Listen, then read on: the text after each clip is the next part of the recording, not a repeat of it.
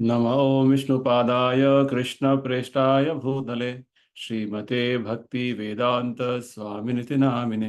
नमस्ते सारस्वती देवे गौरवाणी प्रचारिणे निर्विशेष शून्यवादी पाश्चात्य देशतारिणे। जय श्री कृष्ण चैतन्य प्रभु नित्यानंद श्री अद्वैत गदाधर श्रीवासदि गौर भक्तवृंद। हरे कृष्ण कृष्ण कृष्ण हरे हरे, हरे राम राम राम हरे हरे। श्री श्री राधा वृंदावन चंद्र की जाय, श्री श्री निताई गौरंग की जाय, श्रील प्रभुपाद की जाय। तो आज हम भगवत गीता सत्संग कार्यक्रम में अध्याय 11 से कुछ श्लोकों का अध्ययन करेंगे। तो आज का जो अध्याय का नाम है, 11वें अध्याय का नाम है विश्वरूपा, पर्शन, यूनिवर्सल फॉर्म।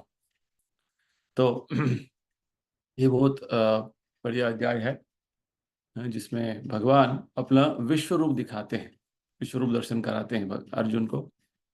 तो इस अध्याय का आज शुरुआत कर रहे हैं। तो इसका शुरुआत में अर्जुन भगवान का गुणगान करते हैं और निवेदन करते हैं कि विश्व रूप दिखाइए। तो उस भाग का आज हम थोड़ा बहुत समझने की कोशिश करेंगे।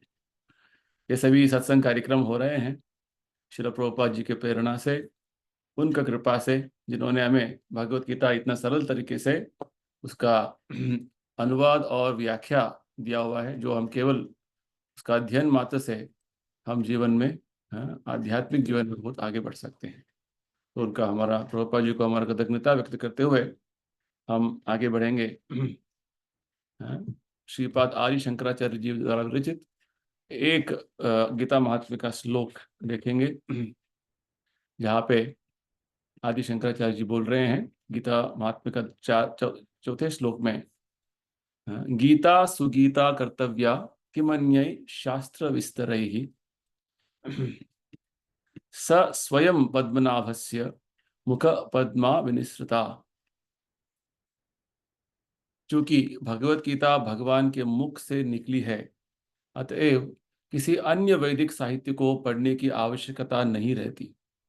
केवल भगवत गीता का ही ध्यान पूर्वक तथा मनोयोग से श्रवण तथा पठन करना चाहिए।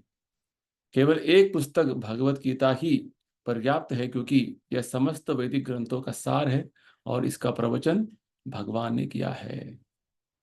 तो स्वयं भगवान के मुखारविंद से ये जो अमृतवाणी निकला है गीता का, केवल इसका श्रवण मात्र से, इसका अध्ययन मात्र से हमारा जीवन सार्थक हो जाएगा। सार्थकता यानी कि हम इस भौतिक संसार के भव सागर से पार हो जाएंगे और जन्म मृत्यु के चक्कर से दूर हो जाएंगे। हमारा शाश्वत आध्यात्मिक जीवन हमें प्राप्त होगा। गीता सुगीता कर्तव्य किमन्य शास्त्र विस्तरे, दूसरा अन्य शास्त्रों को अध्ययन करने का कोई आवश्यकता नहीं। प्रभुपाद जी गीता की शुरुआत में ही बताते हैं, गीता में सभी वेदों का, सभी शास्त्रों का सार सर्वस्व है। उसके अतिरिक्त और भी बहुत सारे विषय गीता में है जो अन्य शास्त्रों में नहीं है। तो ये भगवत गीता का विशेष जो है उसका महत्व है। तो आज का पहला श्लोक 11वें अध्याय का श्लोक संख्या 1। मिस्टेक हो गया है, ठीक है, चलिए। तो हाँ, ठीक से नहीं किया है प्रेजेंटेशन, हम पढ़ेंगे बुक से।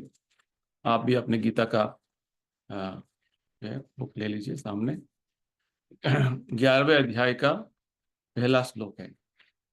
अर्जुन उवाच मद अनुग्रहाय परमं गुह्यम संनितम यत् त्वयोक्तम वचस्तेन मोहोयम विगतो मम।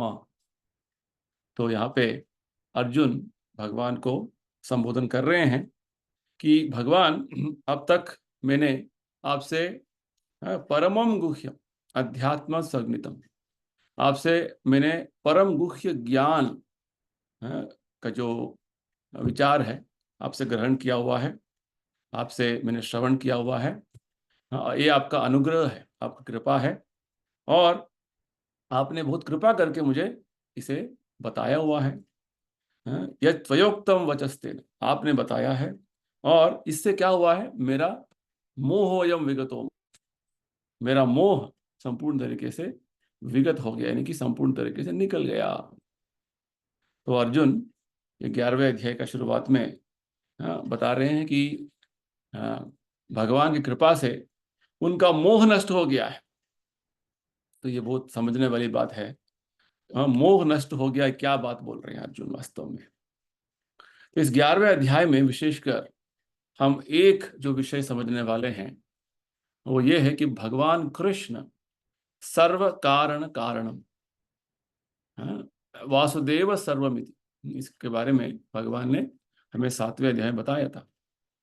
यानी कि भगवान ही सभी अ, विषयों का, सभी ये जो सृष्टि का स्रोत है, वही कारण करता है, सर्व कारण कारणम। यहाँ तक कि भगवान कृष्ण ही इस भौतिक संसार में जो जो पुरुष अवतार होते हैं, इसको विष्णु बोलते हैं, विष्णु अवतार, उनका भी उद्गम भगवान से ही होता है। तो 10वें अध्याय में बारे में स्वयं भगवान बताते हैं कि अहम सर्वस्य प्रभव, सभी भौतिक और आध्यात्मिक सृष्टि जो है भगवान से ही उद्गम होते हैं। कभी कभी हम सोचते हैं कि जैसे लोग बोलते हैं दशावतार, दशावतार यानी कि 10 अवतार हैं, अलग अलग अवतार हैं, राम, नरसिम्हा, वराह, कूर्मा, तो कृष्णा भी एक अवतार है। और नारायण सबसे श्रेष्ठ जो व्यक्ति हैं, जिनसे सब अवतार आते हैं, ऐसे हम सोचते हैं। परंतु हमें गीता के माध्यम से, भागवत के माध्यम से ये ज्ञान स्पष्ट होता है कि भगवान कृष्ण कोई अवतार नहीं है, वो अवतारी है। यानी कि उनसे सभी अवतार उद्गम होते हैं। वो जैसे भगवान क्या बोलते हैं, अहम सर्वस्य प्रभव, मैं ही सभी सृष्टि का, यानी कि अवतार हो, भौतिक सृष्टि हो, आध्यात्मिक जगत हो, सब कुछ मेरे से ही उद्गम होते हैं। तो ये बात 10वें अध्याय में हमने स्पष्ट तरीके से समझा हुआ है। तो यहाँ पे विशेषकर जब अर्जुन बोलते हैं कि मेरा मोह संपूर्ण तरीके से विगत हो गया, यानी कि वो नष्ट हो गया, इसका अर्थ यही है कि भगवान को अर्जुन अभी साधारण मनुष्य नहीं मानता है। और वो अपने मित्र, मेरे मित्र है बस, इस तरीके से वो नहीं मान रहा है, परंतु वो अभी भगवान का वास्तव स्थान को समझ लिया है। भगवान ही पूरा सृष्टि का उद्गम है। अहम सर्वस्य प्रभवो जन्माद्यस्य यतः, शास्त्रों में बोलते हैं भगवान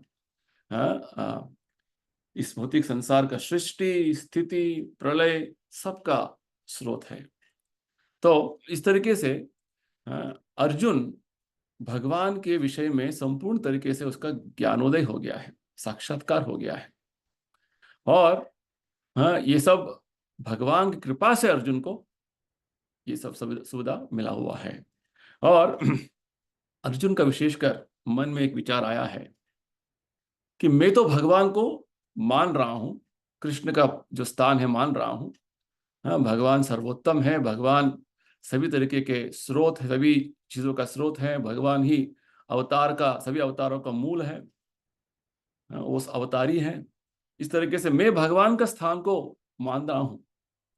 परम ब्रह्म परम धाम पवित्रम परमम भवान, अर्जुन बोलते हैं पिछले अध्याय में, भगवान परम ब्रह्म है, परम धाम, और सबसे पवित्र जो व्यक्ति है।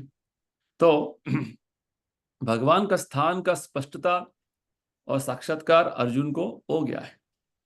अभी भगवान का ये जो दिव्य स्थान और पूजनीय स्थान जो है, इसे हर व्यक्ति तक पहुंचाने के लिए, हर व्यक्ति तक अभी इसको समझाने के लिए अर्जुन चाहते हैं कि इस अध्याय के माध्यम से भगवान का जो दिव्यत्व का, भगवान का महान स्थान का परिचय देने के लिए अर्जुन भगवान से निवेदन करते हैं कि आप मुझे अपना विश्व रूप का दर्शन कराइए। वास्तव में हम इस अध्याय में आगे देखेंगे जब भगवान ने अपना विश्व रूप, भव्य रूप दिखाया, पूरा ब्रह्मांड एक जगह पे अर्जुन को देखने का एक अवसर मिला, तो अर्जुन घबरा गया, भयभीत हो गया। और जब भगवान ने देखा कि अपने प्रिय मित्र अर्जुन भयभीत हो गया है, तो भगवान धीरे धीरे अपने वास्तव रूप में आ गए। पहले वो विष्णु के रूप में आए, चतुर्भुज विष्णु के रूप में। उसके बाद भगवान द्विभुज मुरलीधर, दो हाथों का जो भगवान कृष्ण है, मुरलीधर के रूप में वापस आ गए। तो अर्जुन को बार बार भगवान ने समझाया हुआ है। ये सभी विषय जो भगवान अर्जुन को समझा रहे हैं और बता रहे हैं, ये केवल अर्जुन के जो आध्यात्मिक प्रगति के लिए, और विशेषकर जैसे हमने देखा हुआ है 9वें अध्याय की शुरुआत में भगवान क्या बोलते हैं, इदम तु ते गुह्यतमं प्रवक्ष्यामनुसूयवे ज्ञानम विज्ञान सहितम यज्ञात्वा मोक्ष से अशुभात्। यानी कि भगवान बोलते हैं कि अर्जुन, क्योंकि तुम मेरे प्रिय मित्र हो, तुम बिना असूया के, तुम बिना मत्सरता के हो, क्योंकि तुम मेरा शुद्ध भक्त हो, इसलिए तुम्हें मैं परम दिव्य ज्ञान देता हूं। क्यों देता हूं? ताकि तुम आध्यात्मिक जीवन में और आगे आगे बढ़ो और दिव्यत्व का प्राप्त करो। तो बार बार अर्जुन अर्जुन को ये पता है कि भगवान केवल अपने भक्त का उद्धार चाहते हैं, इसलिए भगवान को क्या बोलते हैं, भक्त वत्सल। भगवान हमेशा भक्तों का भलाई चाहते हैं। तो और भगवान के प्रति अर्जुन का जो मनोभावना है वो बहुत दृढ़ है, और बहुत जो है विश्वास है उसको भगवान के वास्तव स्थान में, क्योंकि भगवान ही सर्व कारण है, और भगवान हर जीवात्मा के हृदय में परमात्मा के रूप में विराजमान है। सभी ज्ञान अर्जुन को पता है ना। भगवान ने 10वें अध्याय में बताया था, मैं शुरुआत में ही बताया था कि भगवान जब अपने ऐश्वर्यों का वर्णन करने शुरू किया था, तो भगवान बोलते हैं कि मैं सभी जीवात्माओं में परमात्मा के रूप में स्थित हूं। सर्वभूताशय स्थित अहम गुडाकेश, अहम आत्म गुडाकेश, सर्वभूताशय स्थित। तो इस तरीके से भगवान का वास्तव स्थान क्या है ये अर्जुन को पता है, फिर भी भगवान एक मित्र का पात्र निभा रहे हैं, ये अर्जुन को पता है। तो इसलिए अर्जुन यहाँ पे भगवान का महिमा, भगवान का कृपा का जो स्मरण करते हुए भगवान को बता रहे हैं कि भगवान, आपके कृपा से मुझे आपने इतना अच्छा जो है मुझे शिक्षा दिया हुआ है, ज्ञान दिया हुआ है। आपके अनुग्रह से मुझे आपका परम गुह्य ज्ञान, आध्यात्मिक ज्ञान का परिचय हो गया है, और इस कारण मेरा मोह माया, मेरा जो माया है, भ्रम है, वो दूर हो गया है। साधारण तरीके से लोगों को क्या भ्रम रहता है कि भगवान है, फिर भी उनका आकार नहीं होगा। भगवान का वास्तव जो अस्तित्व का ज्ञान नहीं होता है, वो ऐसे भ्रम में रहते हैं कि भगवान नहीं है, भगवान मर गए हैं। भगवान का ठीक से उनका स्पष्टता नहीं रहता, वो भ्रम के कारण, माया के कारण। तो यहाँ पे अर्जुन क्या बोल रहे हैं, भगवान आपका आध्यात्मिक ज्ञान कृपा से आपने अनुग्रह मुझे किया हुआ है, तो इस कारण मेरा मोह पूर्ण तरीके से दूर हो गया है। चलिए आगे अगला श्लोक देखेंगे, श्लोक का संख्या 2। अर्जुन बोल रहे हैं, बहवाप्ययो हि भूतानां श्रुतौ विस्तरशो मया त्वत्तः कमलपत्राक्ष माहात्म्यम अपि चाव्ययम्। तो अर्जुन इधर भगवान को कमलपत्राक्ष, भगवान का संबोधन हो रहा है, कमलपत्राक्ष, कमल यानी कि कमल फूल, उसका पत्र, कमल नयनम, अरविंदाक्ष, ये सब अलग अलग नाम है भगवान के नयनों का, यानी कि कमल दल के रूप में उनका आंखें हैं। तो भगवान के शरीर के हर भाग जो है वो कमल के साथ तुलना किया हुआ है, क्योंकि कमल पुष्प बहुत सुंदर एक पुष्प है। जैसे भगवान के चरण, उनको बोलते हैं पाद पद्म, उनका चरण, उनका पाद जो है पद्म जैसा है, कमल जैसा है। हाँ, कुंती महारानी अपने एक प्रार्थना में भागवत में हमें समझाती है, बताती है, हाँ, कि नमः पंकज नाभाय, भगवान आपका नाभि पंकज यानी कि एक कमल अ, फूल के जैसा है, और आपके नाभि से ही कमल पुष्प निकलती है, और जहाँ के कमल पुष्प के ऊपर में स्वयं ब्रह्मा जी उनका आविर्भाव होता है।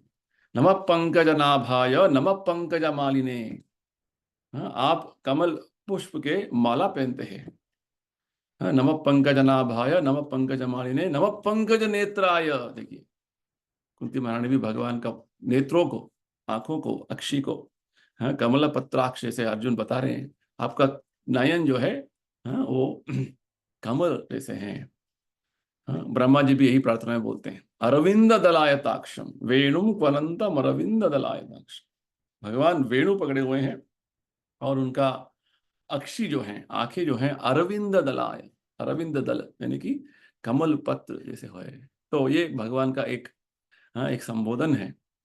तो अर्जुन विशेषकर जब भगवान को कमल पत्र, कमल पत्राक्ष बोल रहा है, हाँ, आपकी आंखें कमल पुष्प के पत्र जैसे हैं, ये भगवान को अपने, हाँ, दिव्य आनंद के स्थिति में अर्जुन भगवान को इस तरीके से संबोधन कर रहा है, क्योंकि पिछले अध्याय के अंतिम श्लोक में, जैसे हम याद करेंगे, पिछले अध्याय का अंतिम श्लोक, 10वें अध्याय का अंतिम श्लोक में भगवान ने क्या बोला था, अथवा बहुनैतेन किं ज्ञातेन भवार्जुन विष्टभ्याहमिदं कृष्णम एकांशेन स्थितो जगत। भगवान ने बहुत सारे अपने ऐश्वर्य का वर्णन किया 10वें अध्याय में, और अंत में बताते हैं, अर्जुन इतने सारे ऐश्वर्य का वर्णन का क्या जरूरत है, क्या आवश्यकता है, क्योंकि केवल मेरा एक अंश मात्र से, हाँ, एकांशेन विस्तव्याहमिदं कृष्णम, पूरा ब्रह्मांड को मैं जो है उसको, हाँ, मेरा आधार, हाँ, उसका मैं संभाल रहा हूं, केवल मेरा एक अंश से। तो प्रभुपाद जी में समझाते हैं, भगवान का एक अंश परमात्मा जो है हर जीवात्मा के हृदय में स्थित है, हर अणु अणु में स्थित है भगवान। ये भगवान का स्थान है, भगवान का जो आध्यात्मिक दिव्य स्थान है, केवल भगवान का एक विस्तरण, हाँ, पूरे ब्रह्मांड को अपने स्थिति में रखा हुआ है, पालन पोषण कर रहा है। तो भगवान बोलते हैं, केवल मेरा एक अंश से मैं पूरा ब्रह्मांड में, विश्वव्याप हूँ, सर्वव्याप हूँ, ये मेरा शक्ति है। तो भगवान के इन आश्वासित बातों को सुनकर अर्जुन को, हाँ, बहुत आनंद उन्माद हो गया है, और, हाँ, वो अर्जुन भगवान को इस तरीके से आनंद में, हाँ, इस अतीव जो है आनंद में भगवान को कमल पत्राक्ष के रूप नाम में उनको संबोधन कर रहा है। और विशेषकर अर्जुन को यह भी पता है कि भगवान अहम सर्वस्य प्रभु, सभी चीजों का स्रोत भगवान ही है, और ये स्वयं भगवान ने अपने मुख से बताया था। जैसे पिछले अध्याय के 4 श्लोक हैं, 8वें श्लोक से 11वें श्लोक, जिसको बोलते हैं चतुश्लोकी भगवत गीता। ये चतुश्लोकी भगवत गीता वास्तव में पूरा भगवत गीता का सार सर्वस्व है। थोड़ा संक्षिप्त में अभी समझेंगे उसको। 8वें श्लोक में भगवान बोलते हैं, अहम सर्वस्य प्रभव मत्तः सर्वम प्रवर्तते। सभी तरीके की जो सृष्टि अभिव्यक्तियां जो देखते हैं इस भौतिक संसार में, आध्यात्मिक संसार में, भगवान ही उसका स्रोत है, भगवान ही उसका उद्गम है। और जब बुद्धिमान व्यक्ति ये जान लेता है, तो भगवान के समक्ष शरणागत होके उनका भक्ति भावा से, भक्ति प्रेममय भक्ति में मग्न हो जाता है। अहम सर्वस्य प्रभवो मत्तः सर्वम प्रवर्तते इति मत्वा भजन्ते माम बुधा भाव समन्विता। और इस तरीके से जब सभी बहुत सारे भक्त, हाँ, भगवान के इस वास्तव स्थिति को जान लेते हैं, 9वें श्लोक में भगवान बताते हैं 10वें अध्याय के, कि मत चित्त मदगत प्राण बोधयंत परस्परम। सभी भक्त, हाँ, भगवान के विषय में चर्चा करते रहते हैं, गुणगान करते हैं, महिमा का जो है गुणगान करते हैं। मत चित्त मदगत प्राण बोधयंत परस्परम, हाँ, आपस में वो भगवान का महिमा का गुणगान करते हैं, और इससे बहुत तुष्यन्ति च, आनंद लेते हैं, हाँ, और बहुत, हाँ, वो उनको बहुत उन्माद होता है, अतीव जो है उनको आनंद होता है, तृप्त होता है, तृप्त होते हैं। तो आगे भगवान बताते हैं 10वें श्लोक में, 10वें अध्याय के, तेषाम सतत युक्तानाम भजताम प्रीतिपूर्वकम। इस तरीके से जब भक्त भगवत सेवा में तत्पर रहते हैं, सतत युक्तानाम, सतत तरीके से भगवान भगवत भक्ति में प्रेम पूर्वक भगवत भक्ति में लगे रहते हैं, तो भगवान उनको बुद्धि देते हैं। ददामि बुद्धि योगम तम।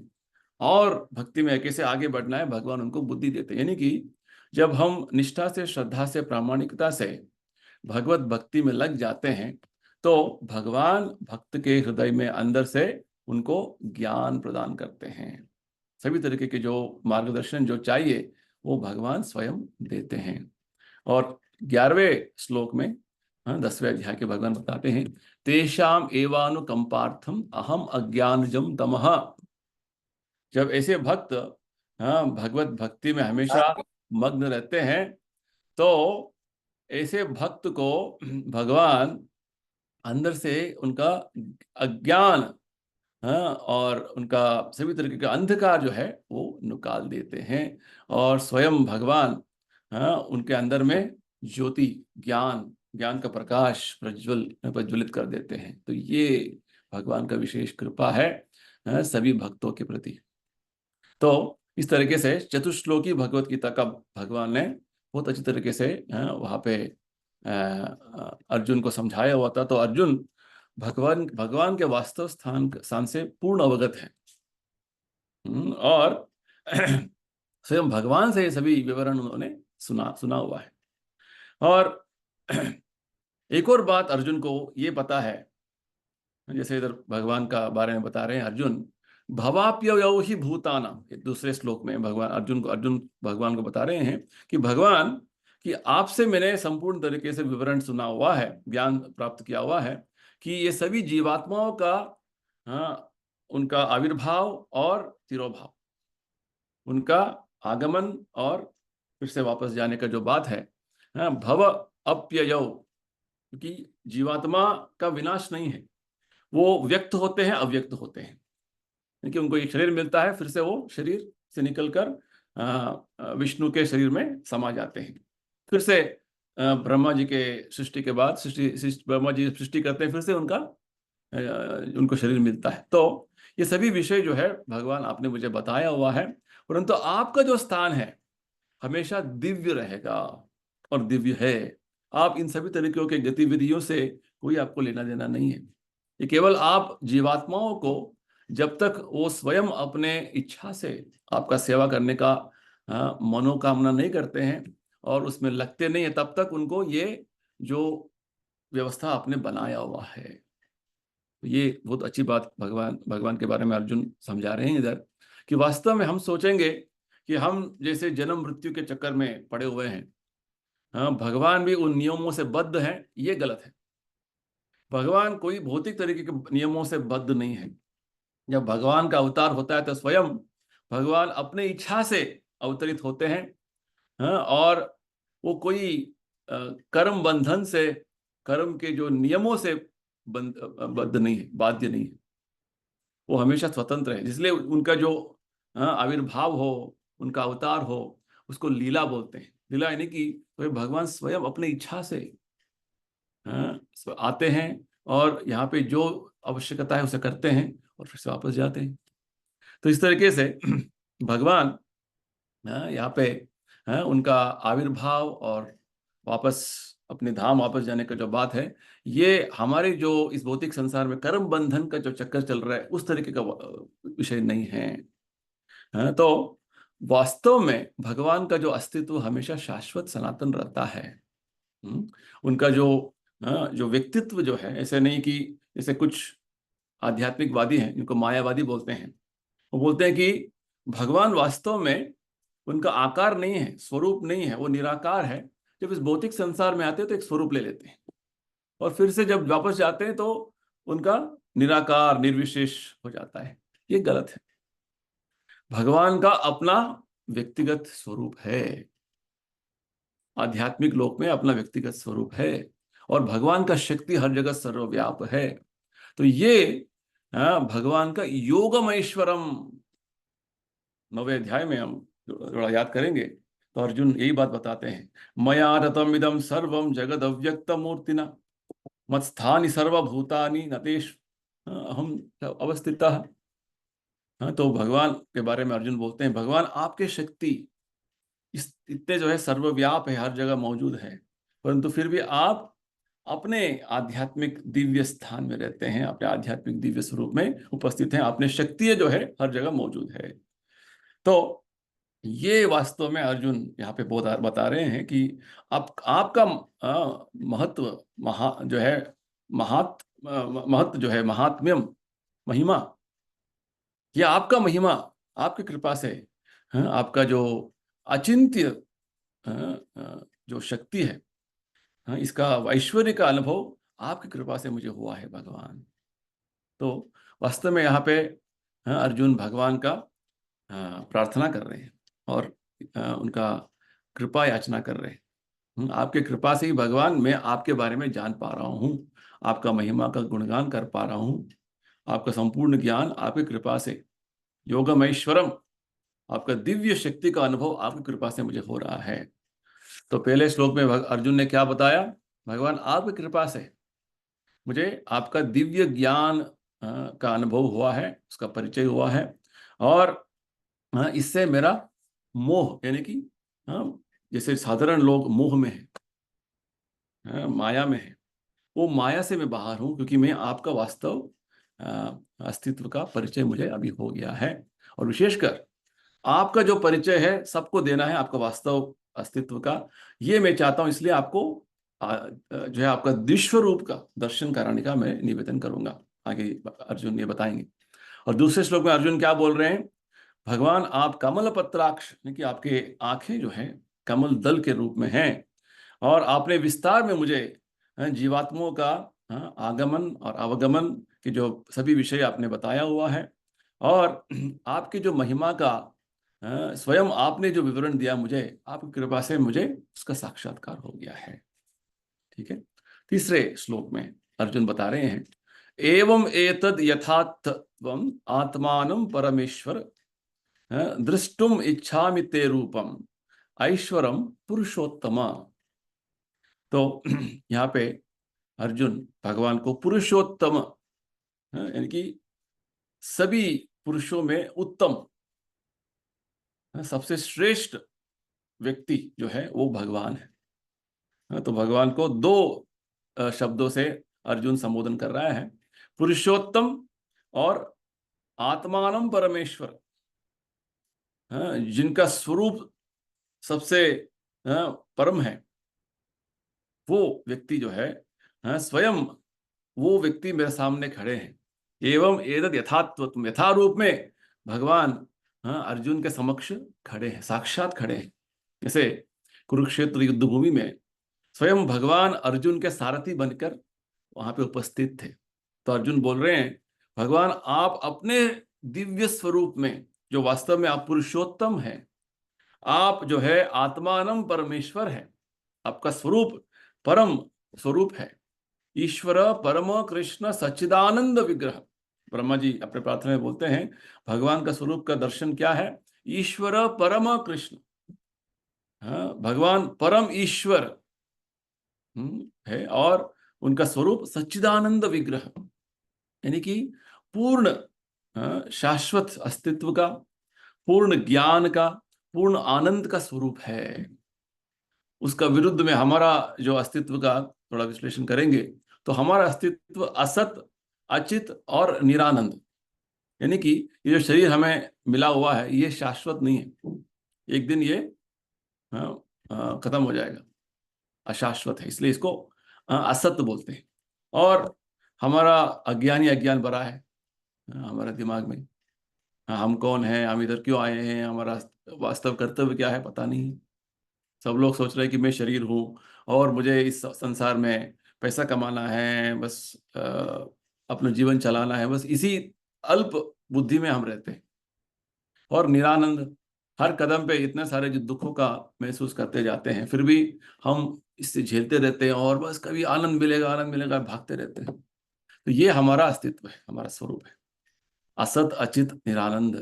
और हर समय, हर जीवन में, हर शरीर में इस तरीके का जो अनुभव हमें होता रहता है। भगवान का अस्तित्व ऐसा नहीं है, वो सच्चिदानंद। एक और जगह पे ब्रह्मा जी बोलते हैं, आनंद चिन्मय, हाँ, रस प्रति भाविता भी। आनंद चिन्मय रस, संपूर्ण तरीके से आनंद का अनुभव का जो है, हाँ, उस स्थिति में आध्यात्मिक आकाश में भगवान और सभी उनके जो भक्त रहते हैं। तो ऐसे स्वरूप में भगवान अब स्वयं उधर उपस्थित है मेरे सामने। हाँ, तो मेरा इच्छा है, द्रष्टुम इच्छामि ते रूपम, मेरा इच्छा है भगवान कि आप मुझे अपने ऐश्वर्यों के माध्यम से इस पूरा भौतिक संसार में किस तरीके से विस्तृत हुए हैं, हाँ, और पूरा भौतिक संसार में कैसे आप उपस्थित हैं, उस स्वरूप को दिखाइए। तो पूरा संसार में जो जो अभिव्यक्तियां देखते हैं, जैसे पेड़ पौधे, पहाड़, हाँ, आसमान, वो सारे समुंदर, वो सारे देवताएं, और जो जो अस्तित्व हम देखते हैं चारों तरफ, इसलिए वास्तव में भगवान का ही शक्ति है। तो शुरुआत में जब व्यक्ति भगवान का मूर्त रूप, उनका स्वरूप का परिचय उसको नहीं हो पाता है, तो शास्त्रों में बताते हैं कि ये भौतिक संसार को देखो, कितना भव्य विशाल है, ये ही भगवान है। श्री प्रभुपाद जी बताते हैं, बहुत सारे आदिवासी लोग हैं जो बहुत बड़े पहाड़ को, हाँ, भगवान मानते हैं, और कुछ आदिवासी बहुत बड़ा पेड़ है, हाँ, उसको भगवान मानते हैं, हाँ, और सूरज को भगवान मानते हैं। हाँ, उनके लिए, उनका बुद्धि के लिए वो ठीक है, प्लीज वो कुछ एक अ, अपना ऊपर एक अधिकारी है और परम जो है एक एक जो है प्रमाण है, ये मानते हैं। ये वास्तव में विश्वरूप का परिचय है। विश्वरूप यानी कि पूरा विश्व का स्वरूप भगवान के अलग अलग जो है, एक व्यक्ति का स्वरूप कैसा होता है उसको उसके साथ तुलना करके समझाते हैं, इसको विश्वरूप बोलते हैं। तो यहाँ पे वास्तव में भगवान अपने शक्ति के माध्यम से सर्वव्याप हैं, और इस पूरा भौतिक संसार का सृष्टि भगवान की शक्ति से ही हुआ है। तो अर्जुन भगवान के जो विषय भगवान ने बताया, ज्ञान भगवान ने दिया, उन सबसे पूरा उसको उनको प्रेरणा मिला है। फिर भी अर्जुन चाहते हैं कि दूसरे अन्य मनुष्यों को, आगे जो भविष्य में जो आएंगे, उनको ऐसे नहीं सोचे कि भगवान साधारण व्यक्ति है, कृष्ण साधारण व्यक्ति है, ऐसे नहीं सोचना है। तो अर्जुन का इच्छा ये है, दृष्टुम इच्छा, ये अर्जुन का इच्छा है कि भगवान अपने विश्व रूप का प्रदर्शन कराए, ताकि ये भगवान का दिव्यत्व का परिचय सबको हो सके। तो यहाँ पे ये एक बात प्रभुपाद जी समझाते हैं हमें। कभी कभी लोग अपने आप को भगवान बोलते हैं और हर जगह पे जो है घोषणा करते हैं। तो गीता का इस श्लोक के माध्यम से हमें एक बात स्पष्ट है, कोई भी व्यक्ति अपने आप को भगवान बोलता है तो उन्हें पहले हमें बोलना है, पूछना है, चलिए आप अपना विश्वरूप दिखाइए। विश्वरूप नहीं दिखा पाएंगे तो आप कौन सा भगवान, भगवान का बात क्या बोल रहे हैं, ये बात पूछना है। तो प्रभुपाद जी एक और जगह पे बोलते हैं, कोई भगवान अपने आप को बोलता है तो बोलिए उनको गोवर्धन पर्वत उठाए। तो भगवान कृष्ण ने अपने सातवें बरस में गोवर्धन पर्वत उठाया था। तो इस तरीके से भगवान का शक्ति का जब तुलना करते हैं तो भगवान के बारे में वेदों में बोलते हैं, असम ऊर्ध्व, भगवान के समान कोई नहीं है, भगवान के ऊपर कोई नहीं है, भगवान ही सर्वोच्च सर्वोपरि है। तो यहाँ पे हाँ, अर्जुन विशेषकर भविष्य में जो लोग भगवान के स्थान के बारे में, भगवान की स्थिति के बारे में, भगवान का आध्यात्मिक दिव्यत्व के बारे में जब प्रश्न उठाते हैं, भगवान का अस्तित्व के बारे में प्रश्न उठाते हैं, उनको ये साबित करने के लिए भगवान अर्जुन से विशेषकर निवेदन कर रहे हैं। तो अर्जुन का निवेदन भी बहुत महत्वपूर्ण है, क्योंकि भगवान हर जीवात्मा के हृदय में परमात्मा के रूप में विराजमान है। अर्जुन के हृदय में भी है। तो अर्जुन का इच्छा भगवान को पता है। हाँ? तो वास्तव में भगवान को यह भी पता है कि ये अर्जुन का इच्छा बस खाली कुछ भगवान को अलग रूप से देखना है, ऐसा नहीं है। हाँ? क्योंकि भगवान का जो वास्तव अस्तित्व के बारे में अर्जुन को पूर्ण विश्वास है, पूर्ण श्रद्धा है। अर्जुन के विषय में भगवान जो है, भगवान का ज्ञान पूर्ण तरीके से है। इसके बारे में अर्जुन ने अभी 2 श्लोकों में बताया, पहले और दूसरे श्लोक में, किस तरीके से वो आनंद और उल्लास के जो स्थिति में है। संपूर्ण तरीके से भगवान का महिमा का गुणगान कर रहा है अर्जुन। तो यहाँ पे भगवान को ये पता है कि अर्जुन भगवान को विश्व रूप का प्रदर्शन करने के लिए क्यों निवेदन कर रहा है, ताकि आगे भविष्य में जो आने वाले लोगों को ये बात समझा सके।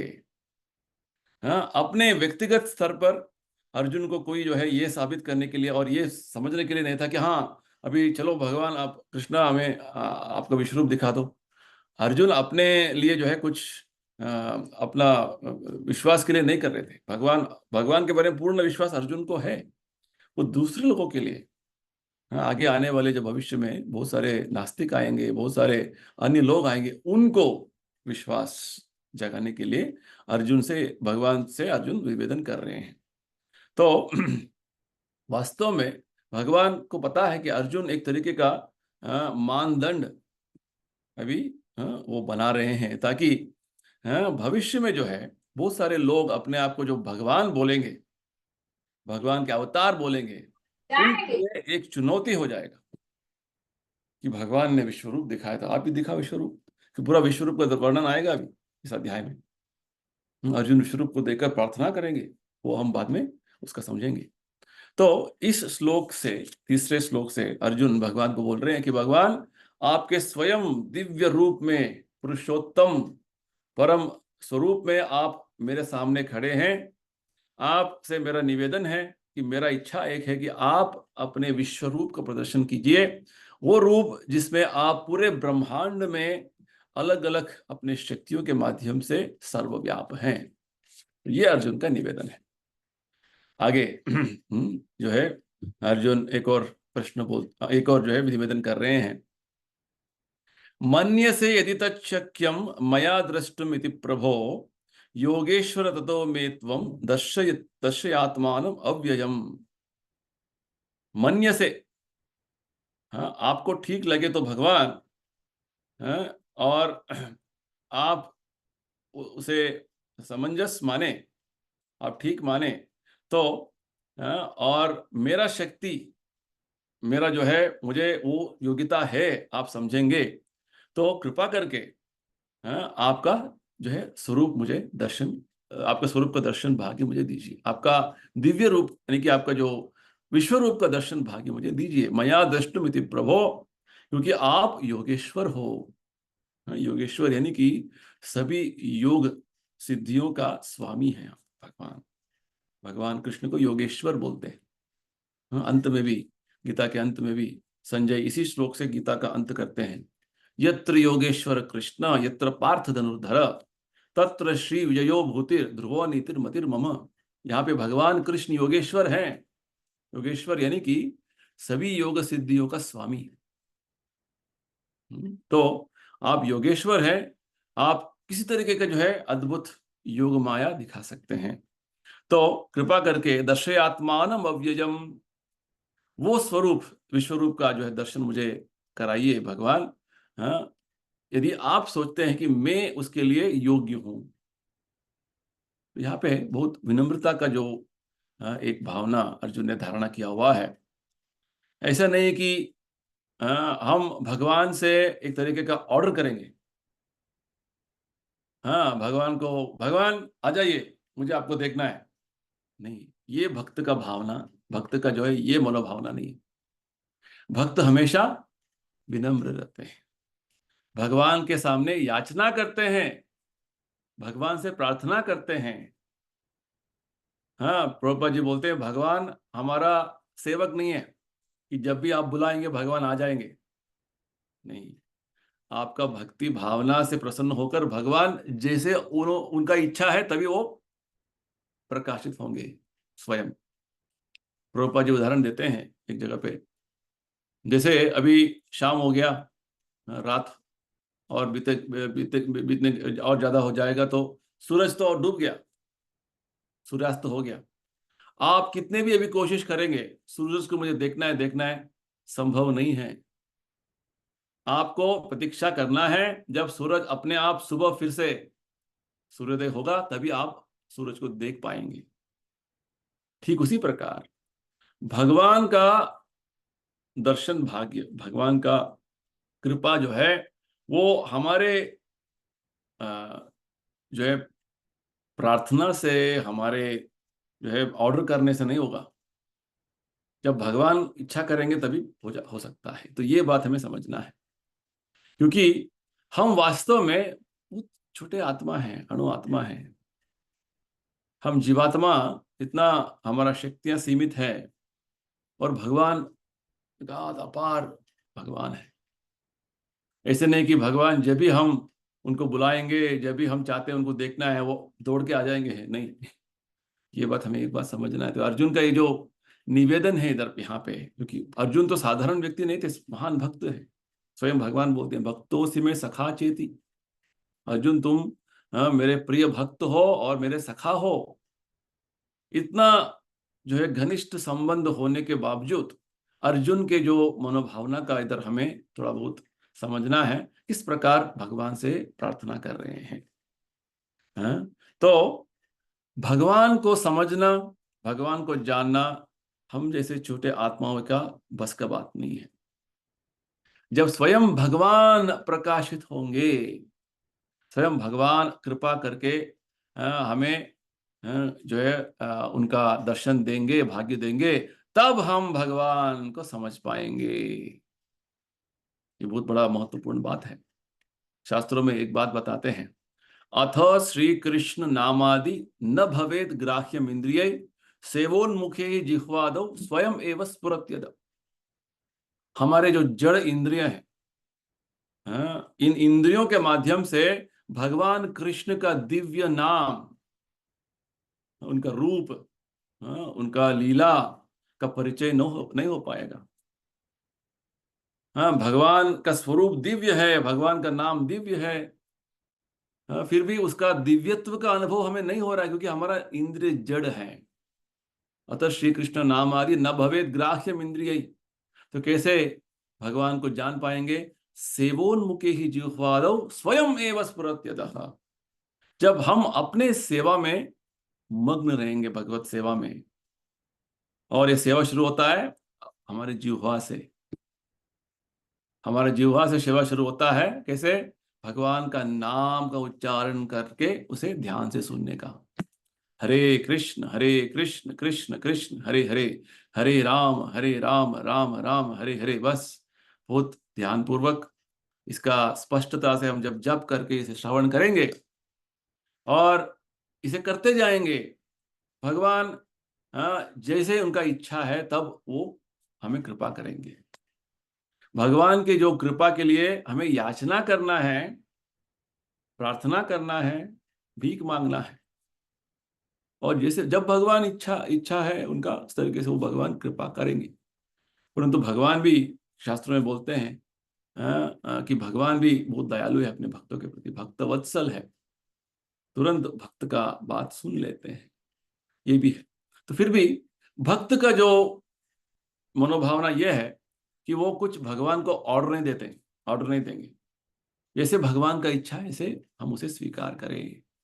तो ये बात बहुत महत्वपूर्ण बात है, हमें समझना है। तो वास्तव में यहाँ पे अर्जुन भगवान से प्रार्थना कर रहा है, याचना कर रहा है उनके कृपा के लिए। यहाँ पे भगवान को आदेश नहीं दे रहा है। कृष्ण जो है, भगवान कृष्ण किसी के आदेश आज्ञा पालक नहीं है।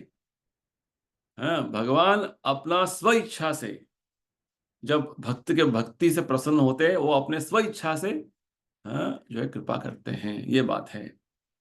तो हाँ, हरे कृष्णा जप करने के समय में भी हमें ये समझना है कि ऐसा नहीं कि हम जप कर रहे हैं तो भगवान अभी आ जाना है, हाँ अभी हमारा कृपा हो जाना है हम पर। नहीं नहीं, ये कभी भी ये भावना से हम भक्ति नहीं करना है। हम भक्ति कर रहे हैं, हरे कृष्णा मंत्र का जप करेंगे, गीता का अध्ययन करेंगे, क्योंकि प्रभुपाद जी ने हमें आदेश दिया हुआ कि ऐसे करना है, ऐसे भगवत भक्ति करना है।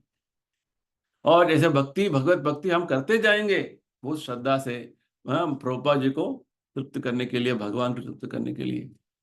भगवान कैसे हमें उनका कृपा हमें देंगे, वो भगवान पर छोड़ देंगे। कृपा अभी देंगे, बाद में देंगे, बस कब देंगे देंगे, दे रहे हैं।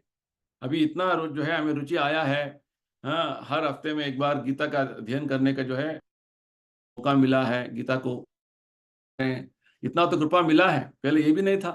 ये तो भगवान भगवान की कृपा है, ये समझना है हमको। हर कदम पर भगवान की कृपा हम पर है बोल के हमें थोड़ा बहुत उसका रियलाइजेशन होना है, साक्षात्कार होना है। पहले मैं ये भी नहीं करता था, कुछ भी नहीं करता था। अभी तो भगवान का नाम जप रहा हूँ, गीता का अध्ययन कर रहा हूँ, थोड़ा बहुत आध्यात्मिक विषयों को समझने का कोशिश कर रहा हूँ, ये तो भगवान कृपा है। और भगवान कृपा मिलेगा, ये अपेक्षा से हमें आगे आगे बढ़ना है। ठीक है, तत्तेनुकंपम सुसमीक्षमानो भुंजान एवात्म कृतम विपाकम। तो ये धारणा होना है एक भक्त के हृदय में, भक्त के मन में। तो यहाँ पे जो विशेष श्लोक में अर्जुन बता रहे हैं कि भगवान आपसे मैं याचना कर रहा हूँ, प्रार्थना कर रहा हूँ, कृपा करके आप, आप मैं जो है मेरा पास वो योग्यता है, तो आप मुझे कृपा कीजिए कि आपका ये जो दिव्य जो है स्वरूप होगा, जो विश्वरूप का, ये मुझे आप कृपा करके दिखाएंगे तो मैं उसे देख पाऊंगा। ऐसे नहीं कि भगवान को आदेश कर रहे हैं। ये बात हमने पहले अध्याय में भी देखा है, जब अर्जुन भगवान से बोलते हैं भगवान ये जो रथ है अब दोनों सेनाओं के बीच में लेके चलिए, सेनयोर उभयोर मध्य स्थापयम, ये अच्युत, पहले अध्याय में आप देखते हैं ये बात। तो जब अर्जुन ऐसे बोल रहे हैं, भगवान को ऐसे आदेश नहीं दे रहे हैं, वो तो भगवान का वास्तव स्थान अर्जुन को पता है। भगवान ने स्वयं सारथी का पात्र निभाने का उन्होंने कर्तव्य लिया हुआ है, तो उनसे निवेदन कर रहे हैं, क्योंकि भगवान अच्युत यानी कि वो कभी भी अपने स्थान से गिरते नहीं है, हमेशा अपने दिव्य स्थान को बनाए रखते हैं। तो ये बात है। तो इन 4 श्लोकों के माध्यम से अर्जुन भगवान का गुणगान कर रहे हैं। भगवान की कृपा से अर्जुन बोल रहे हैं कि मुझे पूर्ण दिव्य ज्ञान का अनुभव हो गया है, मेरा मोह, मेरा माया जो है, आपके स्थान के जो है वास्तव अस्तित्व के बारे में, जो विषय में, वो नष्ट हो गया है। मुझे स्पष्ट भी पता है कि आप ही सर्व कारण कारण है, आपके कारण ही इस भौतिक संसार में जो अस्तित्व हो रहा है उसका जो अभी जो गतिविधियां चल रहे हैं। और कृपा करके मैं चाहता हूं कि आपका ये जो दिव्य दिव्य स्थान का दिव्य जो वास्तव अस्तित्व का अनुभव हर व्यक्ति को भविष्य में हो, इसलिए आप मुझे विश्व रूप का दर्शन कराइए। तो अर्जुन ये अपने लिए नहीं कर रहा है, ये बात हमें समझना है। अर्जुन विशेषकर भविष्य में जो लोग जिनका उतना आस्था नहीं होगा, उनको भगवान के प्रति श्रद्धा नहीं होगा, उनको श्रद्धावान बढ़ाने के लिए, उनको और आस्था में रखने के लिए अर्जुन भगवान से निवेदन कर रहे हैं बहुत विनम्रता से। ये से जो है भावना हमें अभ्यास करना है भक्ति में। हाँ, भक्ति में हमेशा हम विनम्र होना है। चैतन्य महाप्रभु क्या बताते हैं, तृणादपि सुनिचेन तरोरपि सहिष्णुना अमानीन मानदेन कीर्तनीय सदा हरि। भगवान का नाम हमेशा हमारे जिह्वा में आते रहना है, तो हमें 3 तरीके के अभ्यास करना है। तृण समान जो है हमारा, तृणादपि सुनिचेन, विनम्रता होना है। इतना विनम्र होने हमें, एक तृण के समान विनम्र होना है। तृणादपि सुनिचेन तरोरव सहिष्णुना। तरो एक एक पेड़ जैसे, वृक्ष जैसे जो है कितना सहिष्णुता से वृक्ष खड़े रहती है। बारिश हो, जो है बहुत धूप हो, ठंड हो, हमेशा वो खड़ी रहती है। इतना सहिष्णुता, इससे सहिष्णु का जो है, सहिष्णुता का गुण हमें अभ्यास होना है, विनम्रता का गुण अभ्यास होना है। अमानीन मान देना, हमेशा हम भौतिक संसार में सबसे मान सम्मान अपेक्षा करते हैं। सब मुझे प्रशंसा करना है, सब मेरा गुणगान करना है, हम सोचते हैं।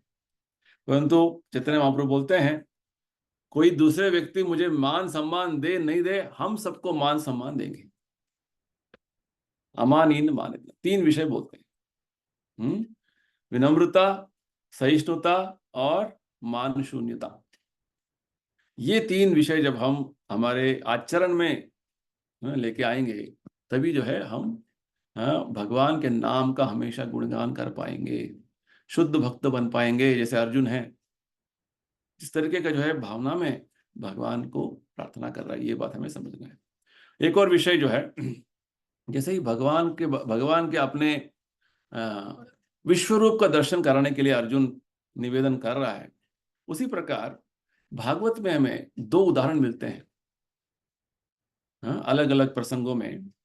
एक प्रसंग है यहाँ पे स्वयं भगवान शिव ने भगवान नारायण से ये निवेदन किया था, भगवान आपने कूर्म अवतार के पश्चात मोहिनी रूप का एक अवतार लिया था, और इस रूप में आपने सभी दानवों को छल से जो अमृत का जो मटका था उसे छीनकर देवताओं को अमृत उन्होंने दे दिया। तो ये लीला है, कथा है। और शिवजी चाहते थे कि भगवान नारायण फिर से मोहिनी रूप का जो दर्शन उनको कराएंगे।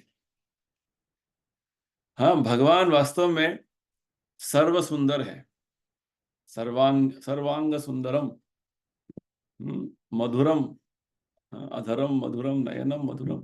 भगवान तो इतना सुंदर अद्भुत व्यक्तित्व है। और जो अद्भुत व्यक्ति, सुंदर व्यक्ति भगवान, वो व्यक्ति जो है एक स्त्री का स्वरूप लेंगे और कितना मोहित रहेंगे, और कितना जो है अद्भुत रहेंगे, सुंदर रहेंगे। ये विश्वास जो है हम कल्पना करना है। तो ये स्वरूप में स्वयं भगवान मोहिनी रूप में उपस्थित हो गए उधर। तो स्वयं शिव जी भी उनका मन भी विचलित हो गया। शिव जी को धीरा बोलते हैं, यानी साधारण तरीके से वो भौतिक विषयों के प्रति, भौतिक जो है सौंदर्य के प्रति उनका मन विचलित नहीं होता है, परंतु मोहिनी का रूप देकर उनका मन भी विचलित हो गया। तो एक लीला है ये, दिखाने के लिए भगवान का स्वरूप इतना जो है आकर्षित है, इतना मोहित कर सकता है किसी को भी, से यहाँ तक कि शिव जी का भी मन मोहित हो गया। तो एक प्रसंग है। और दूसरा एक और प्रसंग आता है भागवत के अंत में, 12वें स्कंद में। यहाँ पे मार्कंडेय ऋषि स्वयं नर नारायण भगवान से प्रार्थना करते हैं कि क्योंकि भगवान नर नारायण ऋषि मार्कंडेय ऋषि के कठिन तपस्या से बहुत प्रसन्न हो गए थे। तो मार्कंडेय ऋषि से आकर बोलते हैं, क्या वर चाहिए मांगो। तो मार्कंडेय ऋषि बोलते हैं, बस भगवान आप कृपा हो गया, आपने दर्शन दिया, बस इतना काफी। फिर भी एक इच्छा है, आपके जो है माया का दर्शन मुझे देखना है। तो हाँ, भगवान तथास्तु बोल के अंतर्धान हो जाते हैं। और तत्पश्चात एकदम जो है वास्तव में मार्कंडेय ऋषि को एक वरदान था कि पूरा जो है ब्रह्मा जी का एक पूरा दिन उनका जीवन रहेगा, यानी कि 14 मनवंतर। तो अभी तक जो है 7 मनवंतर तो हो गए थे। 7वें मनवंतर के बीच में भगवान ने एक प्रलय का एक वातावरण प्रसंग उधर सृष्टि किया। पूरा प्रलय में क्या होता है, भरपूर जो है प्रवाह हो जाता है, पूरा पानी भर जाता है हर जगह पे। तो मार्कंडेय ऋषि देख रहे हैं कि अपना आश्रम जो जो बैठकर जो ध्यान मग्न थे, वो भी प्रलय में बह गए और जा रहे हैं, बह के जा रहे हैं, इधर पानी में पूरा डूबे हुए हैं। और धीरे धीरे आकर जो है भगवान जैसे बहुत समय तक इस तरीके से भटक रहे थे पानी में, प्रलय के पानी में।